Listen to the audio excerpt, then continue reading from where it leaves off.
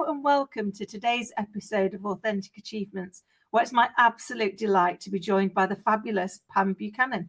Pam, welcome. Thank you for having me. I'm looking forward to our conversation. Oh, me too. I was so excited to get started. But before we do, let me just share a little bit more about you and your journey so far with our audience. So Pam is the founder of Quantum Sense, which stands at the intersection of corporate prowess and soulful innovation, with over 40 years of experience in corporate America, including pivotal roles at NASDAQ, where she worked closely with tech titans like Elon Musk and Mark Zuckerberg. Pam brings extensive experience to the table. Her journey to Quantum Sense began with a profound assertion that the modern world is missing a focus on a very vital contributor to success: soul health. This insight spurred over a decade of research, culminating in her innovative concepts and frameworks. Pam's background uniquely positions her to understand the evolving corporate landscape and the benefit of putting an emphasis on the connection to the senses to drive soul health and a holistic well-being at work. Pam's developed programs tailored for companies that have proven to enhance employee well-being, reduce anxiety, and boost creativity, ultimately fostering a more satisfying work-life balance. Covering topics from neuro-aesthetics to sound engineering, Pam explores how these can be used to benefit the soul from the outside in through the gateway of the senses. I mean, there's just so much in there, Pam. I'm not really quite sure where to start. I mean, what a fascinating journey. Could you bring that a bit to life for us, please? Yeah, no, thank you again for having me on the podcast. I have had a very exciting journey. I've been blessed with an amazing career. I started out in asset management back in the 80s and was on the cutting edge of, mutual funds and annuities and helping, third parties sell those to their end client. And that was very, very exciting. I got to travel and meet various people from across the country, which, as you know, when you're out and about traveling and meeting people, that's where you learn so much about human nature. So I was blessed with that. And then I pivoted to NASDAQ, which was fintech, and moved to Silicon Valley. So I was in the heart of innovation. And as I like to say, I lived the future. And I was, blessed and honored to work with the likes of Elon Musk and Mark Zuckerberg and his team and many other, entrepreneurs that were inventing the future. And it was very, very exciting. So again, it flew by. As they say, time flies by fast. And when you're in the moment, you don't realize that you're helping create something like the future, like, helping, or viewing from close up, entrepreneurs building companies from scratch, right, with just an idea. So I feel like I have a high level but close up perspective of corporate America, from large corporations, multi-billion corporations to the smaller companies. And then to view both a Tesla and a Facebook, when I took them public, in particular, Tesla was, $1 billion company to where it is today, as well as, Facebook is quite the journey. It is quite that sums it up far too simply, doesn't it? It's quite the journey. I mean, yeah. Literally kind of seeing how the world works in that kind of like that ideation through to creation through to implementation. Yes.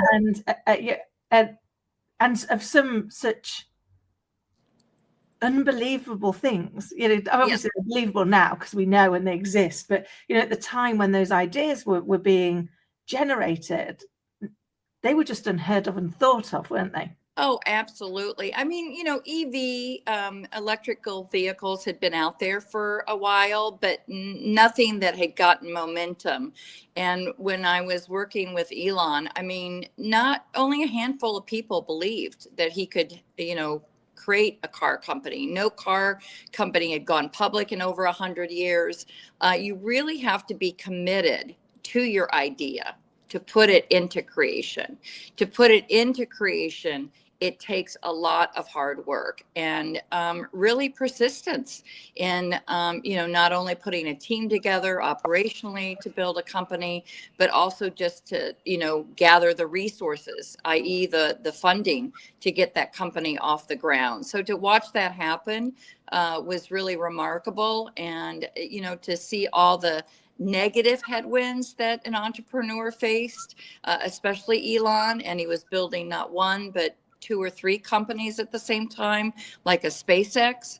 That was truly remarkable. And I think what I learned is, commitment to that idea and a passion to that idea is absolutely needed when you really are looking to change the world. And he did it. He did it where he had, again, a lot of negative headwinds. A lot of, there was obviously support to get that done, but a lot of negativity coming his way. I love that. So it's almost that, you've got to have that, the purpose has got to be greater, hasn't it, than the drive to put it in, to give you the impetus to keep going, no matter how many challenges are on the way. Because the path of an entrepreneur is not an easy path to tread.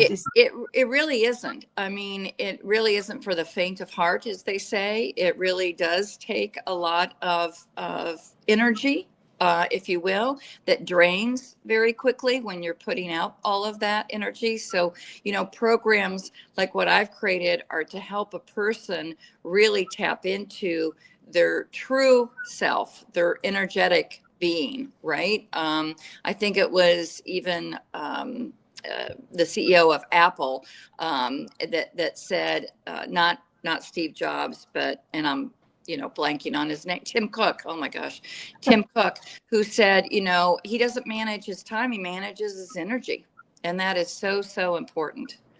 It's so true, because we are energetic beings, aren't we? And Yeah. we are constantly emitting energy.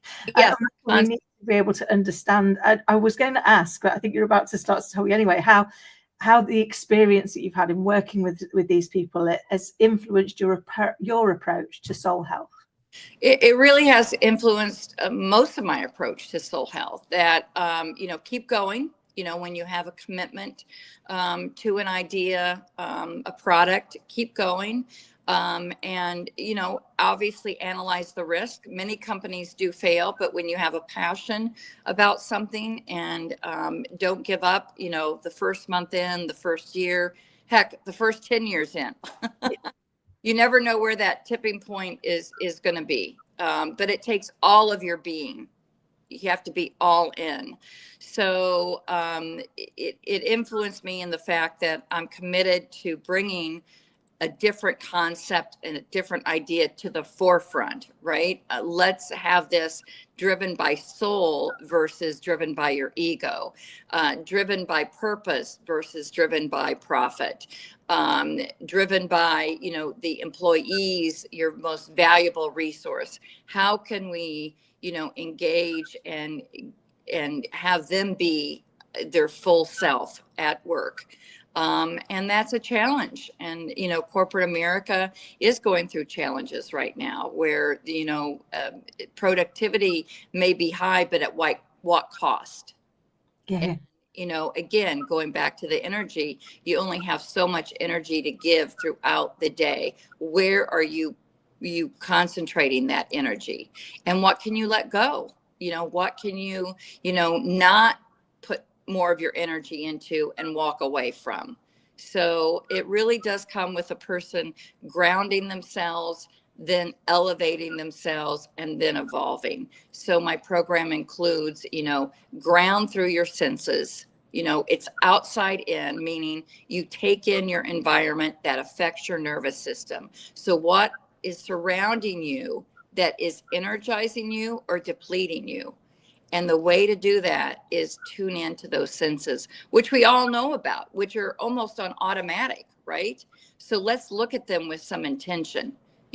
What noises are you hearing? Sound health, sound engineering is becoming to the forefront. It's helping medical, device companies and biotechnology companies create, frequencies that help at the cellular structure to heal a person. So not only does it affect your mood, but it affects, other aspects of your health, sight, vision, color, what is in front of us, what are we viewing? Does it, again, uplift us? And everything vibrates, right? That's what Tesla said. Everything vibrates and is energetic. That's for sure. That's what we know, right? And so why don't we tap into that? It's invisible. So we're all, wired to tap into the physical, what's in front of us, what I can describe. That's why physical health is easy to see, right? We can all vision the heart, the lungs, you go to your doctor, it's ingrained in our culture, that's great. We all need that physical organ health, as I call it, to, put us out and into the game. And then our mental health is now being talked about, right? So depression and anxiety and those sorts of things are so important when you come into work. But what's not being talked about is your soul. And we're a three-legged stool. Yeah. Mind, body, soul. So we've checked the first two boxes. So what do you know about your soul? A lot of people say, oh, that's religion. No, a soul is part of you. Religion may be a tool that gives you more insight into that soul, but there are other tools that you can use to give you insight into your soul, because it is a part of you. You would never give your physical being over to your doctor and say it belongs to the doctor. So we shouldn't give that over to the religious practices you may or may not have, right? So we need to take that part back. So that's why I coined it soul health. And it is complex. There is a lot to know about it. There is science backed, to confirm and to validate some of these practices. So let's get into the invisible. Let's get into the intangible, and let's create a whole self, because that is what we bring to the world, and can interact and thrive. It's time to get out of survival mode and into thrive mode. I love that, because it is one of those that, a little bit like, like we've for many years we've dismissed soft skills as being less important than hard skills, and yet it always makes me smile. It's like, if there really are soft skills, why do people find them so hard? Because they're not the things that come easy. But equally, we've got this part that says, actually, our soul, the who we are, the essence of our being, is something that we haven't historically really intentionally looked at. And that has been something that, if you did, then you might be accused of being a bit woo-woo or a bit out there, or exactly, or something else. And yet the reality is, it's true of all of us. All of us are a soul living in a human experience. Yes. And unless we understand that, and they someone was explaining to me the other day, which was really fascinating. They said, the soul doesn't see a problem the same way the physical being sees the problem, because the soul is here to experience and learn, and the physical being just doesn't want to get hurt. So actually, they both sides of the person, as you say, we are, is body and mind, body, and soul.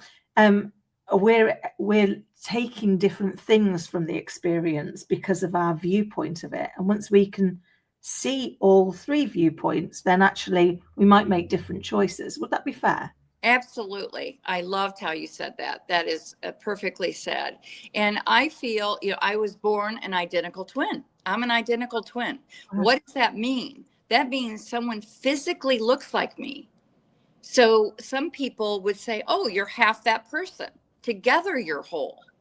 No, together, I mean, we are a unit that was split physically in the womb, and we may look alike, right? Our cellular structure, our organ health may be exactly the same, but what makes us different in this world is our soul. That's the only thing that differentiates me from being one with a person.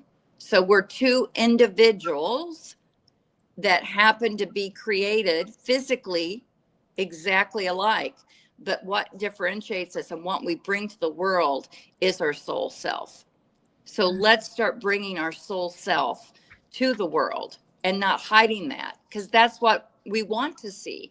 And if you want to call it, your true self, your whole self, your authentic self, that's what we need to start talking about. And it is important in business, right? Some people may say, well, that's something businesses and corporations shouldn't take a look at, but they dived into physical health because they know the person physically has to be healthy to produce. They dive now into mental health because that's equally as important. And now we need to start diving into the soul. And it isn't, as you just said, woohoo, it's a part of our being. It's scientifically backed that it is a part of our being. And we're learning more and more about that. And so that's why I like to bring the quantum into it, because we're entering into a new world, if you will. And there's many reasons for that. But one of the reasons I believe is because the world wants to see your whole self. Yeah. At the highest level. So quantum being at your highest level. I love that, because I think I agree. I think the world does want more authenticity, and I think a lot of that is because we have got amazing advances in technology that allow us to create things without actually creating them ourselves. Because the computers created them, or the filter has put something on, or the 100 different things that could cause it to make us be driven by what's real, what's actually real here. And I think as a leader, I think that's been something that has always resonated with me. It's like, if I don't turn up and be my authentic self, then my team aren't going to follow me, because they're going to be too busy trying to work out where is the lie, where's the non-real element, where's the where's the bit that cracks, and so you've got to be. It's one of the reasons why my logo is a fingerprint, because the only other thing that is unique about each and every one of us is our fingerprint. It's that reminder that we're all here to leave that fingerprint on. Oh, look. Hello. Here's my little baby. Oh, what are they called? This is a Welsh Terrier. Oh, they're lovely. And what's your name? This is Bay Breyer. Oh, look. Buchanan. He's going to turn 2, so he can sometimes be a little naughty when mommy's talking on the phone, but he wants to engage in the conversation.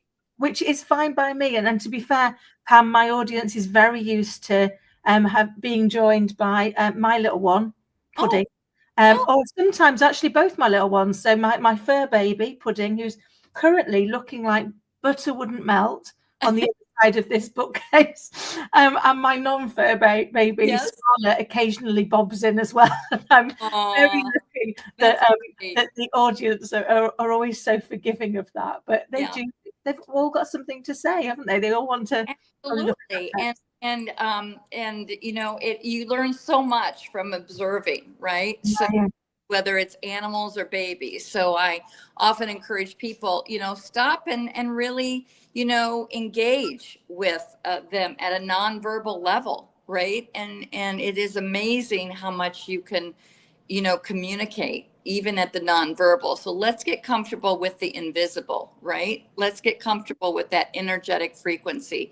We all have a frequency, and what is yours? That's what we should be asking ourselves. What frequency are we putting out? Yeah. I love that. And that being intentional. And I often find myself questioning, so what's impacting my energy today?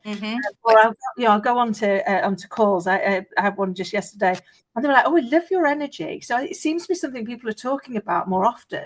Yes. That acknowledgement that actually in every interaction that we're having, we are having an exchange of energy. Yes. Whether that's positive energy, whether that's oh my goodness, that was tiring type energy. Well, exactly. Yet you're sitting there, right? Let's say you're sitting, you're not physically active, but you're exhausted. And that's because your output of energy, and was it being reciprocated, with that other person, with that environment? So that's why I also say, you need to put yourself in an environment that is surrounded by a higher energetic frequency. So color has a frequency, again, sound has a frequency. Let's get that uplifted, to give you that support in that base. So there's certain colors that resonate, and what do those colors, represent, right? Yellow and orange and bright colors are, they automatically uplift that mood. So let's study that. Why don't we study that? Why don't we study the frequencies that we're putting out in, the world? The high pitch of a siren, startles you, puts you in that stress mode. If you're around that all day, every day with those low vibrating energies, it's going to affect your being. So it's easy things that we can change slightly, and it really has a big impact. So pay attention to those things that you're interacting with, especially the individuals, right? So that's why managers can't really, they can't not afford to do this type of work, because it affects the team. Is everybody on your team vibrating at its highest energetic frequency? And yes, you can't go up and measure it. Probably someday we will. Okay, what's your frequency? You're vibrating low today. We need to uplift that energy, but it is amazing how you see a person, or you put yourself in the surrounding, the beauty of nature, or the beauty of, a beautiful architectural art, museum, and you feel better. You really feel better. And that's because your energy at a core level is being upgraded, right? So why can't we live like that more consistently versus just little bursts of that? And again, it goes back to the team. Let's get the team, because it takes a team to create anything. That's also what I learned. You need to be an effective leader so you can lead a team to produce, whether it is a product like a car, a spaceship, or just social media assets, right? You need to do that. And so that team needs to work efficiently together. I learned back in the 80s in my sales career that, the old saying was, you take your top producing salesperson and you put that person with your lowest producer, because you're hoping that top producer can elevate and get the lower producer producing more. The opposite happens. That is because the negative molecule is 9 times heavier than the positive molecule. So think about that. We have to input that much more positivity into our environment so that we can all continue to produce. And you've heard the phrase too, you have one bad team member, it brings the whole team down, let's say in a meeting, again, because that person, is negatively sucking the energy out of the room. And that affects everyone because they don't have the strength energetically to combat that. So let's build the energetic being of a person, the soul, the deep core of the person. And let's, get started through, what are your senses telling you? It's so true, because we are constantly taking things in, aren't we?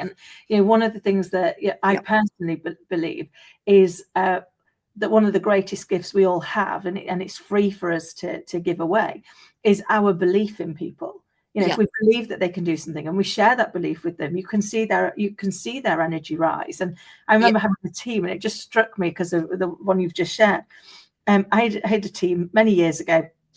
And I had a couple of people who really struggled to perform, and I had a couple of real outperformers. So I'd set the two outperformers up against each other in a bit of a head-to-head. It's like, he thinks he can whoop your bottom, and they'd be like, she says she's going to beat you, and you're not going to get beaten by a girl, are you? So they'd be like running at it, and which allowed you to then go to the people that were struggling a little bit and say, right, what good looks like for you today is 3. Well, we need to get 8. No, today I need you to get 3. And I believe you can do the 3. I promise, when you get the 3 today, tomorrow it's 4. I'm not going to lie. But for today, you get to go home and say, it's been an amazing day if you can get me to 3. So it was changing what you focused them on so that actually they could be successful. And then once they were successful, they want more of that success and they want to keep going. And it's kind of almost I guess that intentional recognition that just as just as unique as each of us are, what we need to be able to boost our energy is equally needs to be different. What you needed to boost the two at the top end energy was very different to what I needed to do to boost the two at the bottom. Yes. But I still needed to boost everybody's if I wanted as a team to be successful. Absolutely. Absolutely. So, and I think it's taking, again, back to the non-tangible, which isn't as measurable as the tangible, right? Yeah. So, and you said soft skills, are going to be needed more and more because of the technology investments. Think about it. AI can, take all the input, the data, and spew out information much quicker than any human could. Much quicker. So how are you going to differentiate yourself? And that is through, recognizing your soft skills, bringing your whole being to the party, so to speak. So let's start the party. I love that. I love that you started the debate and making it, once we start to talk about it, once we start to have more conversations about it, then we start to get more curious. And for me, that's it's one of my favorite words, curiosity. Yeah. So if we could just all become more curious about ourselves and about others, about technology, about environment, about all these things, and to be curious, to be open-minded, to be intentional, is going to be how we really affect that change, isn't it? Yes, absolutely. And that's, again, I was blessed to be born into a family, in particular my dad, who has exceptional curiosity, right? He's 92 and he's still, engaged in the world. He's still asking questions. He's using an iPad. He's using his iPhone. He always wants the latest and greatest technologies. And that's because he truly was born with such a curious mind, and it never went away, right? Like, he was encouraged to be curious as a youngster. So, that skill is maybe something that we should continue to emphasize. Ask more questions, read more material, view the world, travel the world, open your mind to different perspectives. And so I do start with a program called Rad Curiosity. Let's really get radical. Yeah.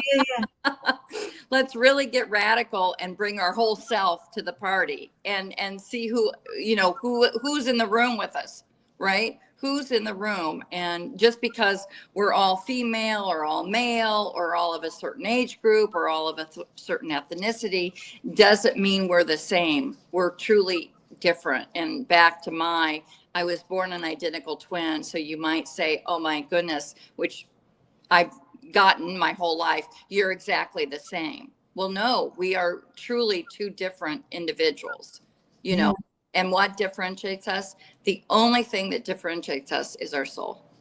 That's it. I love that. I could literally chat to you all day, but I'm conscious of time, which is flying. I know. I could talk for days, so keep where's it gone? But Very you've already shared some amazing insight, and I want to be able to get on to how people get in touch with you. But before we get to that, if I had to ask you to go back and give your younger self a piece of advice, what would it be? It would be, don't live in fear as much, right? Don't live in doubt. Don't live in survival. And, I don't know whether we're conditioned, and I know it is part of our brain chemistry to, look out for the boogeyman behind the door. But let's really start living more in thrive mode, that, let's take that risk. Let's take that risk and enjoy life.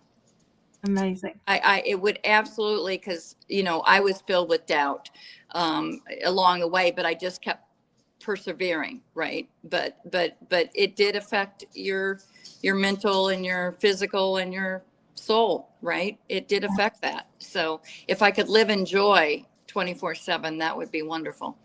Oh, it would, wouldn't it? And how often have we, if we done something we were fearful of, only to find actually the fear disappeared. And then you look at it and go, how many days did I waste? Yes. Sat in that energy of fear instead of sat now in this energy of the other side of having succeeded. So I love that. So it's great advice for us today, as much as it was, we went back to our younger self. So before you go, Pam, can you share with us how do people get in touch with you and who do you help? Yes, I have a website. It's thequantumsense.com. So please go to my website, take a look at what I have there. I've done various podcasts and have overviews of my programs. And then I help employees and employers. So, you know, both. So reach out. I would love to start a conversation. That's what I say. Let's just start the conversation, see if my programs are the right fit. And you know, getting your company and your employees into more of an innovative, creative state of mind. And that is about embracing their whole being, their soul being. I love that. And for anybody who didn't get to scribble that down quickly enough, all of that information is in the show notes below. So please do check them out and go and have a look, start the conversation and see just where it takes us. Pam, It's been an absolute privilege. Thank you for coming on and sharing your insight with us. Well, thank you for having me. It's been a privilege to talk to you and your audience, and let's go thrive. I love it.